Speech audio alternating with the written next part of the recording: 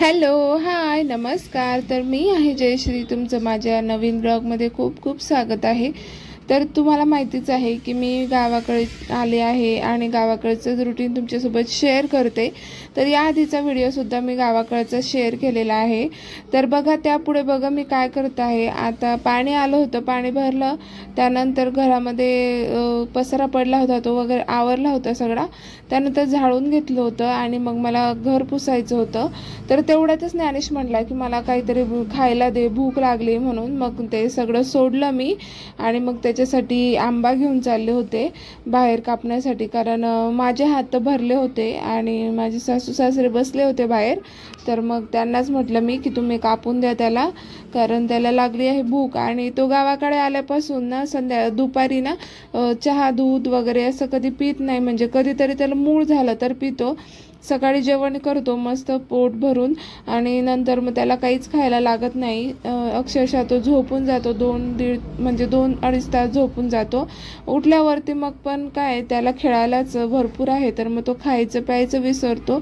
तर मी त्याला जबरदस्ती पाणी पाजत असते, कारण उन्हाळ्यामध्ये पाणी पिलंच पाहिजे. मुलं जास्त आजारी पडतात. पाण्याची मात्रा शरीरामध्ये जास्त असली ना की मग मुलं पण आजारी नाही पडत. पण मग कसं आहे, त्याला चहा पण मला देऊ नाही वाटत, कारण मी घरी अगदी चहा बंदच केलेला आहे. आम्ही सुद्धा घेत नाही चहा.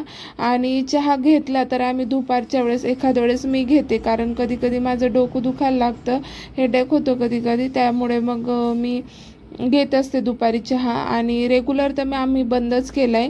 कधीतरी आम्ही असं सकाळी सकाळी नाश्ता नसता तर मग दूध गरम करून पिऊन घेतो. आणि नाश्ताही सध्या तर आम्ही बंदच केलाय, कारण नाश्ता जेवण हे फार म्हणजे खूप जास्त हेवी होऊन जातं. त्याच्यासाठी म्हटलं आपण एक डाएटच ठरवूया, डायरेक्ट जेवणच करायचं पोट भरून, म्हणजे असं डबल खाण्यामध्ये काही आपलं म्हणजे डाएटमध्ये थोडंसं फरक तरी पडेल, वजन कमी होईल. म्हणून मग आम्ही तसं ट्राय करत आहोत बरेच, म्हणजे 2-3 महिन्यापासून तर आम्हाला सहज शक्य होतं आहे ते. आणि बघा, आता मी इथं घर पुसत आहे. तर हा दंडा बघा मीच आणला होता इथं. तर याला बरेच दिवस झाले, महिने झाले असतील बहुतेक, आणि आता याचे दोरे फार कमी झालेत.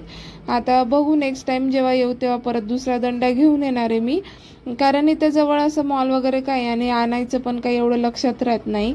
आणि निघायच्या वेळेस इतकी घाई होते ना. तर आमच्या घरामध्ये ना ही काळी फरची लावलेली आहे दगडाची. तर त्याच्यावरती ना धूळ इतके पटकन बसते आणि एवढं घाण दिसतं. रोज तर तिला पुसावीच लागते. पुसलं तरी असं 2-3 वेळेस आपण चाललो, खिडक्या दरवाजे उघडं राहिलं ना, ते 1-1.5 तासात वाटतही नाही की इथं झाडून पुसून व्यवस्थित स्वच्छ केलं होतं. आणि हे जे फरची ना, तर उन्हाळ्यामध्ये एवढी गार असते ना, पायाला एकदम थंडीगार लागत असते. आणि तसंच मग हिवाळ्यामध्ये एवढी काही थंडी.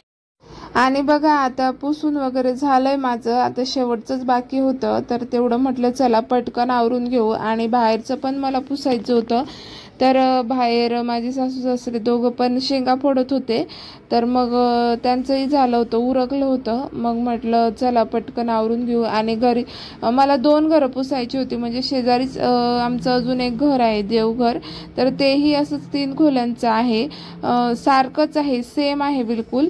तर ते आम्ही रोज झाडून पुसून घेतो, कारण तिथं आम्ही वापरत असतो, म्हणजे जास्त आमचं वापरणं नसतं, पण तिथं देवघर आहे त्यामुळे मग आम्ही झाडून पुसून घेतो.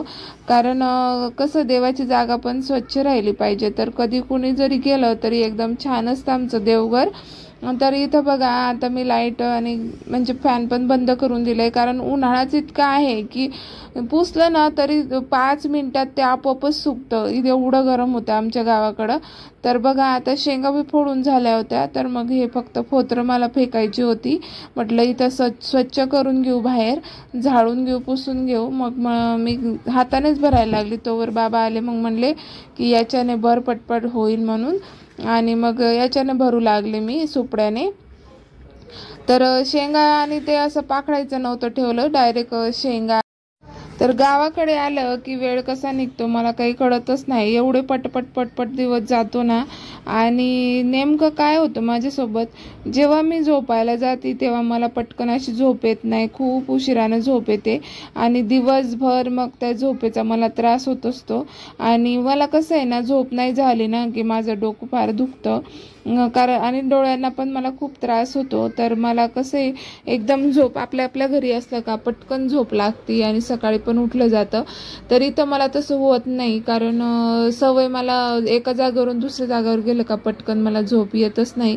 तर तसंच होतं माझ्या बाबतीत गावाकडे गेल्यानंतर. आणि ज्या दिवशी मी गावाकडे जाते ना त्या दिवशी डोकं दुखतं, मला एवढा त्रास होतो अक्षरशः मला 1-1.5 तास झोपावं लागतं गोळी खाऊन, तेव्हा मला कुठं बरं वाटत असतं, नाहीतर मला खूप जास्त त्रास होतो. स्वतःची गाडी आहे आमची, तरी आमच्या स्वतःच्या गाडीत असलं म्हणून काय झालं, पण मला प्रवास सहनच नाही होत. मी कुठं जरी गेली फिरणं जरी असलं तरी मला खूप त्रास होतो. आणि माझ्यासोबत मग ते गोळी असतेच डोकं थांबायची, म्हणजे डोकं दुखत थांबायची.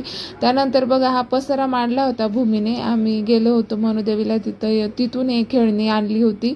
तर मग ते उचलत होते मी, यामध्ये सगळंच काही होतं. तर आजचा व्लॉग असा होता. आवडला असेल तर लाईक, शेअर आणि चॅनलला सबस्क्राईब करायला विसरू नका. बाय, भेटते.